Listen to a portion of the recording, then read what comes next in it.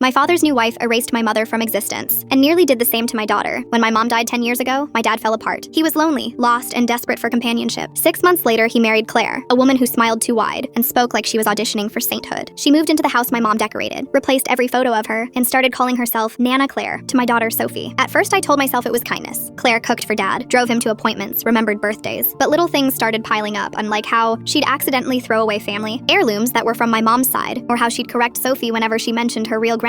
"Sweetheart," Claire would say with a smile, "you didn't know her. I'm Nana now." Sophie was 22, an art student with a bright laugh and the same sarcastic streak my mom had. She adored my dad but never fully trusted Claire. Still, when Sophie's apartment lease ended and Claire offered her the guest room while she saved up, she accepted. I thought maybe this would finally build some peace in the family. 3 weeks later, police knocked on my door. They said Sophie had been found unconscious at my father's house, in her bedroom, and didn't make it. The world stopped spinning. Detective Albright met me at the hospital. He asked if Sophie had any medical conditions. She didn't. He said the coroner found traces of antifreeze in her system. They were investigating accidental ingestion, but something in his tone told me it wasn't an accident. When I arrived at my father's house, Claire was sitting at the kitchen table wrapped in a blanket. She cried on cue. "I don't understand," she said. She must have taken it herself. She was so sad lately. Sad? Sophie was making plans for her gallery debut next month. She was talking about a trip to Italy. None of it made sense. Then I saw the tea kettle, the same old floral one Claire always used. There was a sticky residue along the spout, greenish, crystalline. I asked about it, and Claire's face froze for a split second before she said, "Oh, that? Probably just detergent." I called Albright that night. He sent forensics to collect the kettle. 2 days later, he called back. They found ethylene glycol traces inside. They searched the garage. Behind a stack of paint cans, an open jug of antifreeze. Claire was arrested. My father refused to believe it. She'd never hurt anyone, he said. But then Albright showed us the motive. On Claire's laptop were dozens of messages to her sister. She'd written that Sophie was rewriting history, making everyone love her like they loved that woman, and it needs to stop before she takes him too. Her sister turned over printed screenshots. One stood out. "I'll make her quiet. Once and for all, she won't take my place." The trial took almost a year. The prosecution built the case carefully. The antifreeze, the journal entries, the insurance policy Claire had secretly added with Sophie listed as a dependent. She'd planned to claim Sophie's death benefit and use it to move far away to start over. Claire's defense argued diminished capacity, that she'd been mentally unstable and confused. But then halfway through the trial, the prosecution revealed something that made the courtroom gasp. A security camera Sophie had set up in her room for an art project. It captured the night she died. Claire entering the room with a tray, 2 mugs of tea. Sophie sketching at her desk, humming softly. Claire said, "You really do have your mother's habits, don't you?" Sophie smiled. "Guess it runs in the family." Claire's expression hardened. She swapped mugs, handed Sophie the one laced with antifreeze, and whispered, "Not for long." The jury deliberated for less than 5 hours. Guilty, first-degree murder, life without parole. My father hasn't spoken since the verdict. Sometimes I think he can't decide which loss hurts more, the daughter he buried, or the woman he brought into our lives who destroyed everything. I kept Sophie's paintings. Every wall in my house holds her work. Bright, alive, defiant. Claire tried to erase the women who came before her. Instead, she made sure we'll never forget them.